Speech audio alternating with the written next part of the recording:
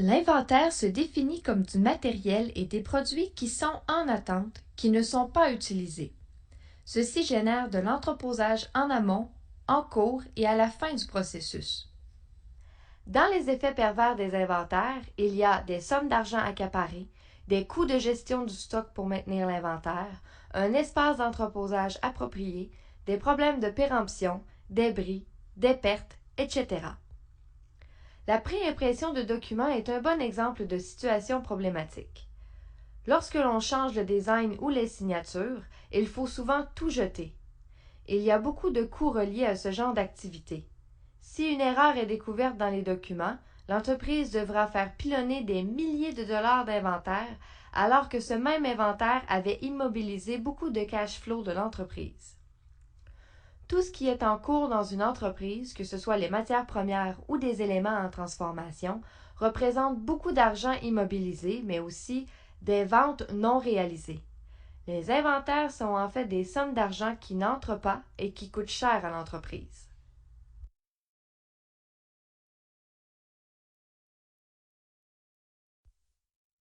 Beaucoup d'éléments peuvent représenter des inventaires. Les produits en cours de production, les stocks de sécurité, imprimer une trop grande quantité de cartes d'affaires, ou dans une boutique, commander en avance une très grande quantité de maillots de bain au cas où il ferait chaud cet été.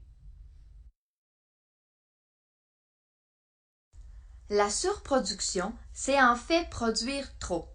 C'est produire à l'avance des produits que le client n'a pas payés.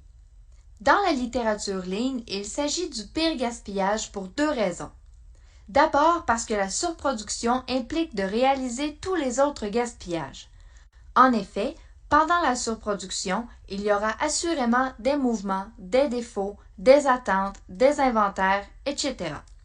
De plus, comme il n'y a pas de client au bout, toutes nos activités à valeur ajoutée deviennent également des gaspillages. C'est pour cela que la surproduction est le pire gaspillage. Voici des exemples de surproduction. Produire des documents de suivi qui ne seront pas utilisés et qui seront remisés sur les tablettes de l'entreprise. Acheter plus de viande que ce qui est nécessaire pour une recette et perdre la viande qui n'a pas été utilisée. Développer un logiciel trop complexe qui permet des fonctionnalités qui ne sont pas nécessaires pour le client. La sous-utilisation des compétences est le dernier gaspillage à être introduit dans le Lean Management. Il s'agit du fait que les ressources pourraient faire mieux, mais que leur contribution est limitée par la mentalité qui dit que les employés sont payés pour exécuter et non pour penser. L'initiative de ces ressources est tuée parce qu'elle aurait pu apporter des améliorations au processus ou des débouchés commerciaux ultérieurement. Par contre, une bonne utilisation du capital humain ne signifie pas de surcharger les employés pour qu'ils en fassent plus. Il s'agit vraiment de se questionner à savoir comment les employés pourraient contribuer davantage. Il s'agit en fait d'utiliser les talents des ressources en mettant les bonnes personnes au bon poste et en laissant assez de latitude pour que la créativité s'exprime.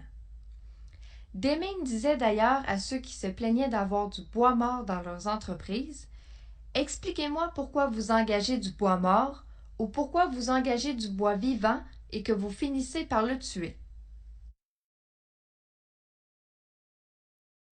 Parmi les nombreux exemples de sous-utilisation des compétences, il y a dédier les employés à une seule tâche, ne pas utiliser les employés à leur plein potentiel, ne pas prendre en compte les opinions des employés.